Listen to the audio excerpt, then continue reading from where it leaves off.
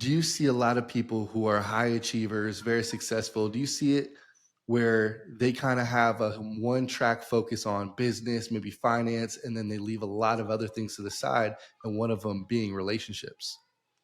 Yeah, I definitely see like a lot of my clients, they're really busy and I'll be getting them matches in Dallas and matches in LA and because they're just traveling all the time and really focused on their business. But it's really hard. They can get a lot of dates, but it's really hard to find a relationship when you're like super, super focused in your business. So you have to have a balance. I love that. We're gonna dive into that. I got so many questions. I'm someone single as well, so maybe I'll ask some personal advice. But Sure. let's let's take a step back. Jacqueline, how did you get into this industry? What were you doing before? And let's start there. Sure. So my background is I was an actress. So I moved to LA when I was like 21. I did, a bunch of little TV shows here and there. And I ended up working with a matchmaker when I was single. And so I kind of learned the industry from being a single girl. And I literally said yes to everybody. I went on a gazillion dates. And my own experience kind of led me to that. And I realized, okay, this acting is kind of like, I don't know, self-absorbed, and it wasn't really fulfilling me anymore. So I started getting into like dating coaching, relationship coaching, life coaching. And everybody was like, okay, can you match me? Like, can you hook me up with your friends? And I was like, oh, okay, well, this just makes sense. So that's kind of how it led to this. That's amazing. In those first, couple years starting off, what did that look like? Because I know a lot of people, it is not instant success typically, but it sounds like you were already doing some coaching. It was a natural progression to then be like, yeah, I'm going to add matchmaking to this. And then it seems like now that's the sole focus. Is that true?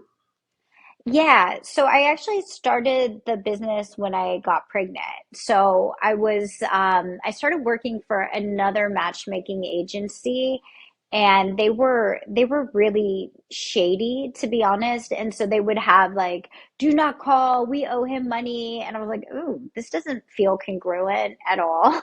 So after about like 3 months of working there, I was like, okay, I can start my own business. I'm going to do this. So I had like my coaching and I also did hypnotherapy as well. So I was like, I'm going to bring some of this in, but do the matchmaking. And I started with one client and he was like 70 and I was literally like looking for women for him all across the country, and I ended up finding him somebody, and so that worked. And then it grew really, really fast, and we soon became like nationwide, and I had to hire employees, and it just started to boom. Wow. And then for your clientele, how do you typically find your clientele, or do they reach out to you? I know, visibility is a huge thing, marketing and branding for you. So what was the ways that you're able to attract these clients, especially early on? Yeah, so I would throw events. So when I threw my first event, I was able to get a lot of clients that were like, okay, I'll come to an event, I'm going to try this out. And then they ended up signing up. So the events happened to be very, very successful, and referrals. So once I got like somebody into a relationship, they would send me all their friends. And another way is like when I first started, I literally reached out to my ex-boyfriends. My husband hated that. But it worked, and like a lot of them signed up. And then I hired a sales girl who reached out to all of her ex-boyfriends, and then they all signed up. So it was just like everyone's Sounds messy. ex-boyfriend. Yeah. That's hilarious.